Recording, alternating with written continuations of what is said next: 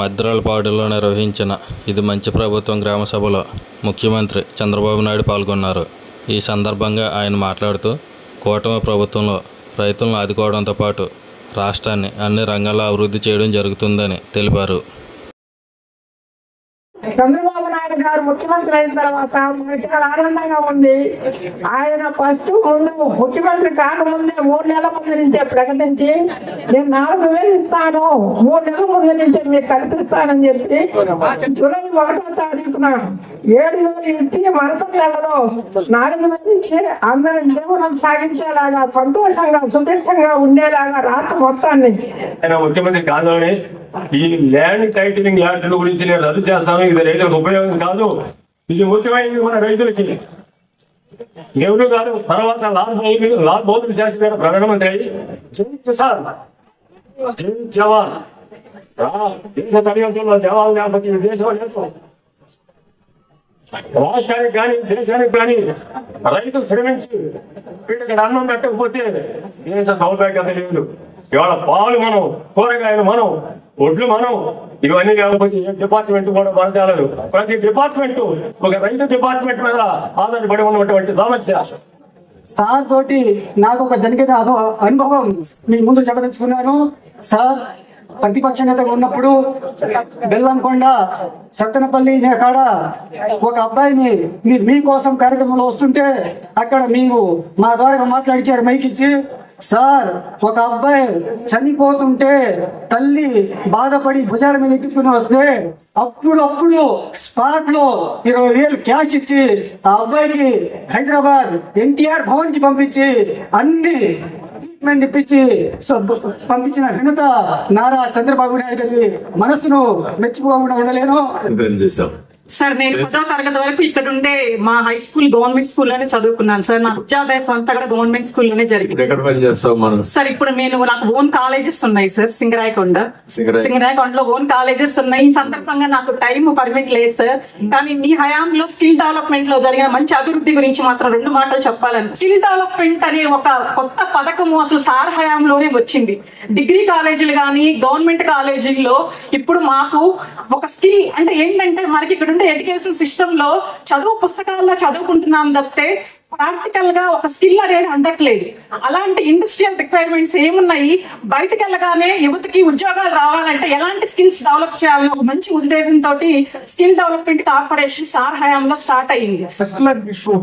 కండరాల క్షీణతకు సంబంధించినటువంటి వ్యాధిగ్రస్తుడి దాదాపు 15 సంవత్సరాల క్రితం నేను సదరం క్యాంపులో సర్టిఫికేట్ తీసుకుంటే 90% అంగవైకల్యం కలిగి ఉన్నాను.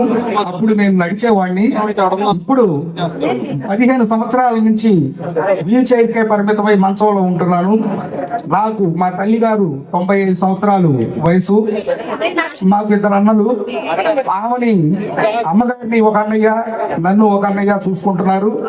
నాకు గతంలో మీరు గ్రేడ్ 1 పెన్షన్ కింద 3,000 రూపాయలు పెన్షన్ ఇచ్చారు 2014లో. అలాగే 2019లో మా డిసీజ్ ఉన్నటువంటి వాళ్ళకి 2019లో 10,000 రూపాయలు పెన్షన్ ఇస్తామని చెప్పి హామీ ఇచ్చున్నారు. వెహికల్ ఇచ్చేయండి, ఇమీడియట్ గా తీసుకొని 3 రోజుల్లో డెలివరీ చేయండి. నేను ముందు ఆ వెహికల్ ఏమంటానా పాలసీ ప్రకారం మీకు పెన్షన్ పెట్టే విషయం కూడా చెప్తాను, ఇవి కూడా మాట్లాడదాం. డాక్రా సంఘాలందరినీ లాక్కొచ్చేవాళ్ళు, ఇష్టం ఉన్నా లేకపోయినా మీరు రావాలి.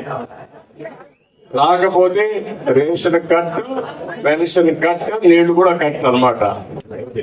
బలవంతంగా మొబిలైజ్ చేసేవాళ్ళు. నేను టీవీలో చూసేవాడిని. మీరు ఇంటికి పోవాలి, సాయంత్రం అయితే పాలు పెట్టే పరిస్థితి, పెతికే పరిస్థితి వస్తుంది, వంట చేయాలి. మీరు పోవాలంటే పోనీయకుండా చుట్టూరు కందకాసులు వేసేవాళ్ళు. నాకైతే అవన్నీ చూస్తే ఆశ్చర్యం వేస్తుంది.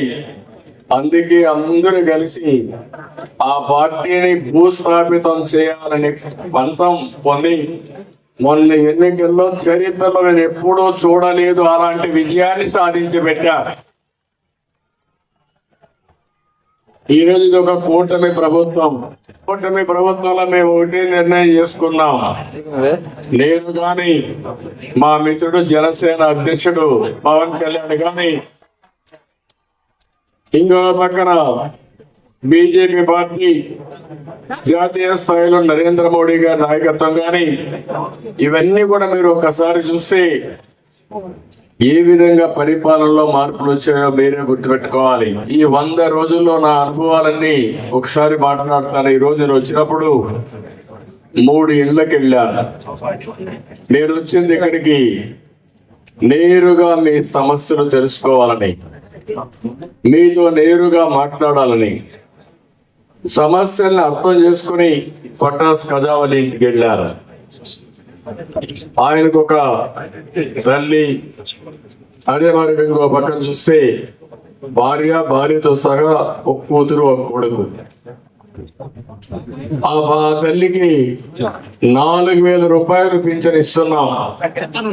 మీరందరూ ఒక విషయం గుర్తుపెట్టుకోవాలి, భారతదేశంలో ఏ రాష్ట్రంలో ఇవ్వని విధంగా నెలకు 4,000 రూపాయలు పింఛనిచ్చే ఏకైక ప్రభుత్వం ఈ రాష్ట్ర ప్రభుత్వం అని చెప్పి కూడా నేను మీకు తెలియజేస్తున్నా. ఇప్పుడు ఆ పెద్దమ్మ మాట్లాడింది, ఎంత బాగా మాట్లాడిందంటే, మా వాళ్ళు ఎంబీఏ చేశారు కానీ ఎంసీఏ చేశారు, పిహెచ్డి చేశారు, వాళ్ళిద్దరికంటే బ్రహ్మాండంగా మాట్లాడింది. నిజ జీవితంలో పిహెచ్డి చేసింది ఆవిడ. అలాంటివన్నీ కూడా మన అనుభవాలు మనం చూస్తామంటే, గ్రామాల్లో కూడా ఎప్పటికప్పుడు మీరు అధ్యయనం చేస్తున్నారు, మేమేం పనులు చేస్తున్నామని చూస్తున్నారు, దానిపై నిర్ణయం చేస్తున్నారు. కానీ నేను ఆలోచించింది, ప్రతి ఒక్క ఇంటికి లాభం కలగాలని. నేను మొన్న మీరు చూస్తే 4,000 రూపాయలు ప్రతి ఒక్కరికి పింఛను పెంచాం. నేనే మొట్టమొదటిసారిగా పింఛన్లు పెట్టింది ఎన్టీ రామారావు గారు. 35 రూపాయలు పెట్టాడు ఆయన, దాన్ని 70 రూపాయలు చేశాను. ఆ తర్వాత 200 రూపాయలు చేసి నేను ముఖ్యమంత్రి అయిన తర్వాత ఒకటేసారి 5 ఏళ్లలో 2,000 రూపాయలు చేసిన పార్టీ తెలుగుదేశం పార్టీ. ఆ రోజు ఈ రోజు 3,000 నుంచి 4,000 రూపాయలు చేశాం. సంవత్సరానికి 35,000 కోట్లు ఖర్చు అవుతుంది. ఈ ఊర్లో కూడా మీరు ఒకసారి చూస్తే చాలా మంది పింఛన్లు వచ్చేవాడు చూస్తా ఉంటే 395 మందికి పింఛన్లు వస్తున్నాయి. అంటే ఈరోజు మొత్తం 2,488 జనాభా ఉన్నారు. 851 ఇండ్లు ఉన్నాయి.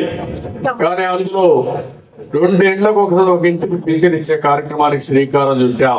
ఇది చాలా అంటే చాలదు, ఇంటింటికి అన్ని ఇవ్వాలనుకున్నాను కానీ ఇంకా రాబోయే రోజుల్లో సంపద సృష్టిస్తే తప్ప ఆదాయాన్ని పెంచే మార్గం లేదు. అందుకని ఒకేసారి మీరు చూశారు, నేను ఒక హామీ ఇచ్చాను, ఏప్రిల్ నుంచి పింఛన్ ఇస్తానని చెప్పాను. ఇచ్చిన మాట ప్రకారం ఏప్రిల్ నుంచి కూడా పింఛన్ ఇచ్చి ఒకేసారి 7,000 రూపాయలు మీ ఇంటికి తెచ్చిచ్చిన ఘనత ఈ ప్రభుత్వానికి. మొదటి తారీఖు హాలిడే వస్తే ఉద్యోగస్తులు బాధపడతారని 1 రోజు ముందే పింఛన్ ఇచ్చాం.